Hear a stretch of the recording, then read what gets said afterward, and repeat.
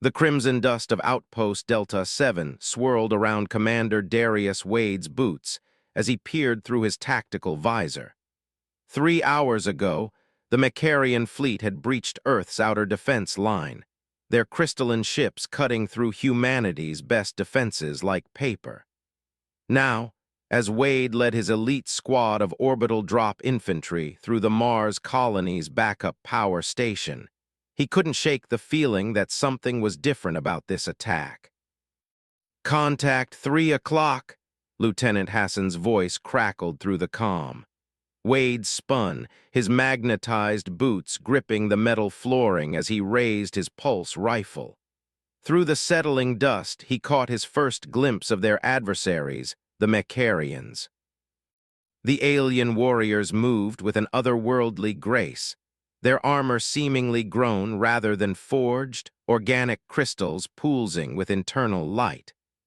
At their head stood a figure that made Wade's breath catch taller than the others, with armor that shifted colors like oil on water, and a crown-like structure that marked them as someone of importance. "Hold your fire," Wade commanded, recognizing the tactical advantage of their position. His team had the high ground, and the Macharians were bottlenecked in the corridor below. But something about their formation seemed off. They weren't pressing their advantage, despite their superior numbers. The crowned figure stepped forward, raising an empty hand.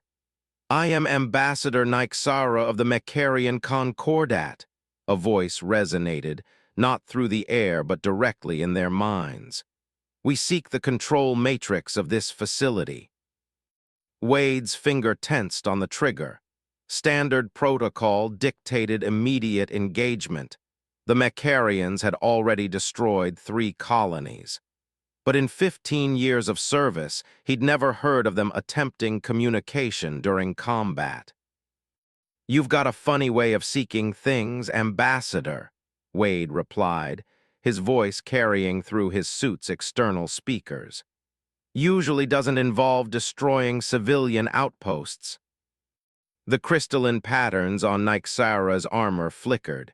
"Your species' resistance was unexpected. We believed your technological level indicated a primitive consciousness. We were wrong." A distant explosion rocked the facility, and warning lights bathed the corridor in pulsing red. Wade's tactical display showed critical failures in the colony's atmospheric processors. If they failed completely, everyone human and Macharian alike would be dead within hours. "Ambassador," Wade said, making a decision that would change the course of 2 civilizations. "That explosion just compromised this entire facility's life support. In about 3 hours, the atmospheric processors will fail. Neither of us will survive that." Nyxara's head tilted, the crown-like structure catching the emergency lights. "You suggest cooperation after we have invaded your territory." "I suggest survival," Wade answered, slowly lowering his weapon. "My team includes our best technical specialist. Your people clearly understand this technology better than we do. Together, we might save this colony. Otherwise, we can keep fighting until we all suffocate. Your choice." The tension in the corridor could have been cut with a knife. Wade's team shifted nervously, weapons still trained on the Macharian forces. The Ambassador's guards maintained their positions, their crystalline armor humming with barely contained energy. Finally, Nyxara stepped forward again. "Your logic is sound, Commander. Though this breaks numerous protocols, the Concordat does not seek unnecessary death. We will cooperate." As Wade gave the order for his team to stand down, he caught something in the Ambassador's telepathic voice: surprise, respect, and perhaps a touch of curiosity. What he didn't know then was that this moment would become legendary in both human and Macharian history. The day when humanity proved itself not through superior firepower or technology, but through the ability to see beyond the immediate conflict. The next 3 hours would test both species' ability to trust, adapt, and work together. As Wade and Nyxara's teams raced against time to prevent a catastrophic failure, neither realized they were writing the first chapter of an entirely new era in galactic relations. The emergency lighting cast strange shadows through the crystalline patterns of Nyxara's armor as she worked alongside Commander Wade at the atmospheric processor's main control panel. Their teams had spread throughout the facility, human and Mecharian engineers working in unlikely pairs to stabilize the failing systems. Your understanding of adaptive systems is impressive, Nyxara communicated telepathically while manipulating the processor's energy flow. We assumed your reliance on mechanical interfaces indicated technological inferiority. Wade's hands flew across the control panel, his years of emergency training guiding his actions. Sometimes the simplest solutions are the most reliable. Not everything needs to be crystalline quantum technology. A small tremor shook the facility, and new warning lights flashed across the displays. Lieutenant Hassan's voice crackled through the comm. "Commander, we've got cascade failures in sectors 7 through 9. The backup processors are overloading. The power grid cannot handle the strain," one of Nyxara's warriors, technical adept Vorin, added through the telepathic link. "We need to redirect energy from somewhere else." Wade's mind raced. The colony's power grid was already strained to its limits. They needed more power, but his eyes landed on the pulsing crystals of Mecharian armor. "Ambassador, your armor, it's powered by some kind of internal energy source, isn't it?" Nyxara's crown-like structure flickered with surprise. "Our battle crystals, yes, they contain quantum energy matrices, but..." She paused, realizing his intention.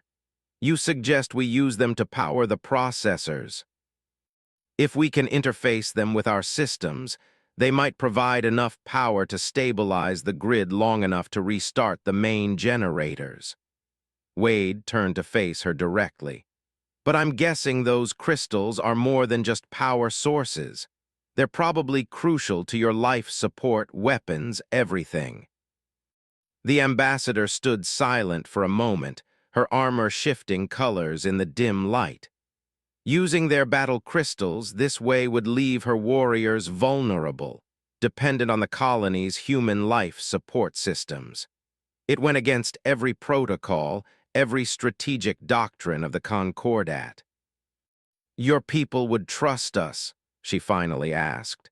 "Even after we attacked your colonies, even knowing we would be within your facility among your people."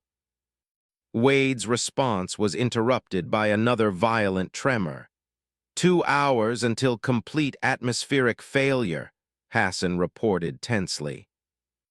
"Trust goes both ways, Ambassador," Wade said firmly.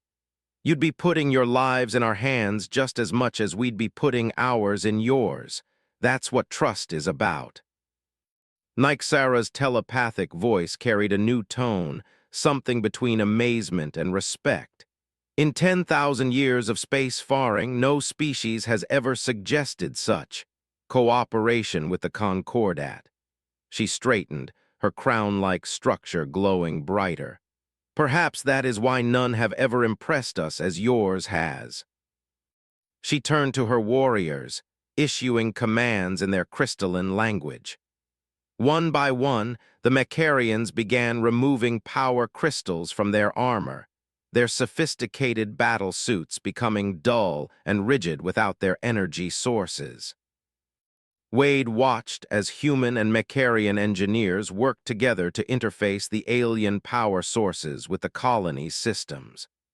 The sight of Lieutenant Hassan and technical adept Vorin collaborating to modify power conduits, communicating through a mixture of hand gestures and basic telepathic concepts, would have seemed impossible just hours ago. As the last crystal was connected, the facility's lights steadied, and the warning sirens finally fell silent. The atmospheric processors hummed back to life, their rhythmic pulse a promise of survival. "It appears," Nyxara communicated, her telepathic voice carrying a hint of what might have been amusement, "that we have much to learn from each other, Commander Wade." Wade nodded, allowing himself a small smile. "This is just the beginning, Ambassador. The real question is, what do we do now? Your fleet is still in orbit, my superiors are still expecting a war, and we've just broken about every first contact protocol in the book." The ambassador's armor shifted to a deep, thoughtful blue. "Indeed, the Concordat's High Council will not be pleased. Our mission was to assess your species' potential for advancement. We did not expect to find it demonstrated in such an unconventional manner." "If I may suggest," Wade offered, "we've just proven that our species can work together to solve problems neither of us could handle alone. Maybe that's worth exploring further." Before Nyxara could respond, a new alert sounded, but this time from the Mecharian communication devices. The ambassador's posture stiffened as she received the message. "It seems, Commander," she said slowly, "that the High Council has noticed our irregular activities. They are demanding an immediate explanation." Her crown structure pulsed with what Wade was beginning to recognize as determination. "Perhaps it is time for both our species to embrace some unconventional thinking." The holographic display aboard the Mecharian flagship Eternal Dawn cast an eerie glow across the command chamber. Commander Wade stood beside Ambassador Nyxara, both facing the imposing figures of the High Council projected before them. The crystalline chamber hummed with tension as Wade became the first human to address the Mecharian leadership. "Members of the High Council," Wade began, his voice steady despite the gravity of the situation. "The events at Outpost Delta 7 have demonstrated something unprecedented. Our species can not only coexist but thrive through cooperation." The central figure of the Council, Supreme Arbiter Kyrzath, leaned forward.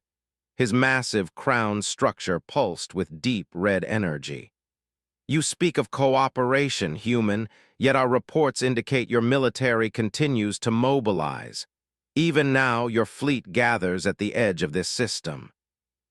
"As does yours, Supreme Arbiter," Wade countered respectfully. "But consider this. In the past 12 hours, we've achieved more through collaboration than either of our species managed through conflict.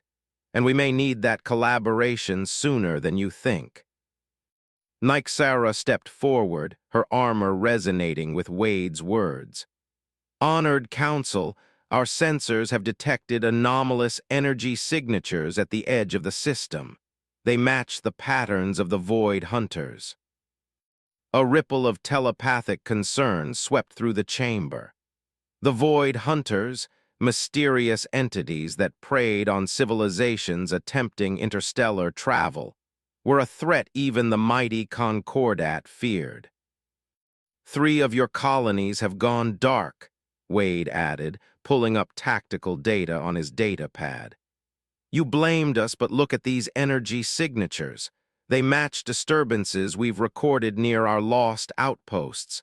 Whatever these Void Hunters are, they're playing us against each other."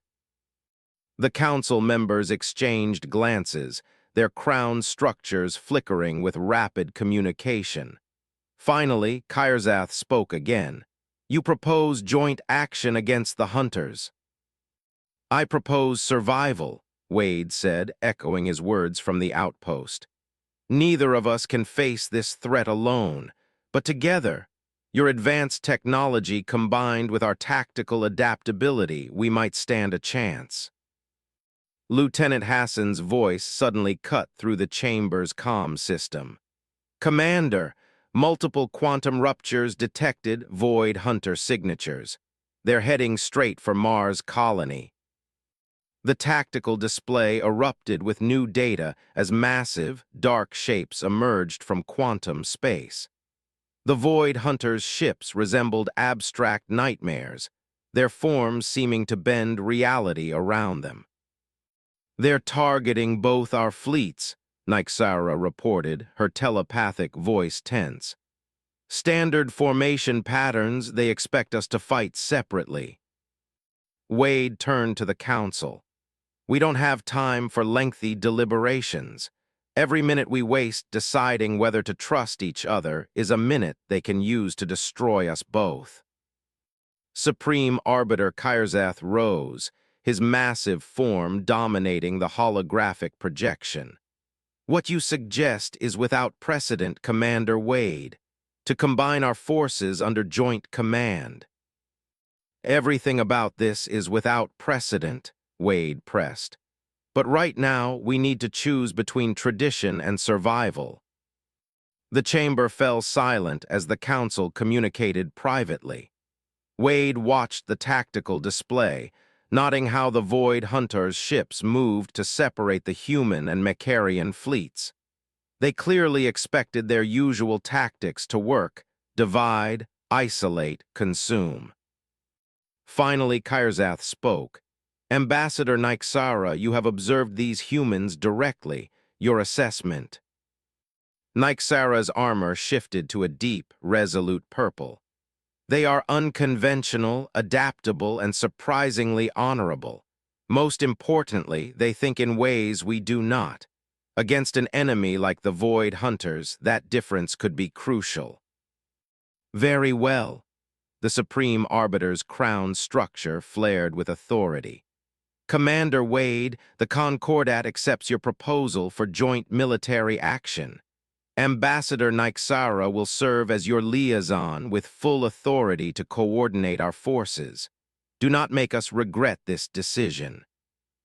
As the Council's transmission ended, Wade turned to Nyxara. "Well, Ambassador, ready to make some history?" The Mecharian's armor rippled with what Wade now recognized as anticipation. "Indeed, Commander. Though I suspect the Void Hunters are about to learn why challenging our combined forces was a grave miscalculation." New alarms blared as the enemy fleet launched its first attack. But this time, as Wade and Nyxara moved to the tactical station, they did so not as reluctant allies, but as partners facing a common threat. The real test of their unprecedented collaboration was about to begin.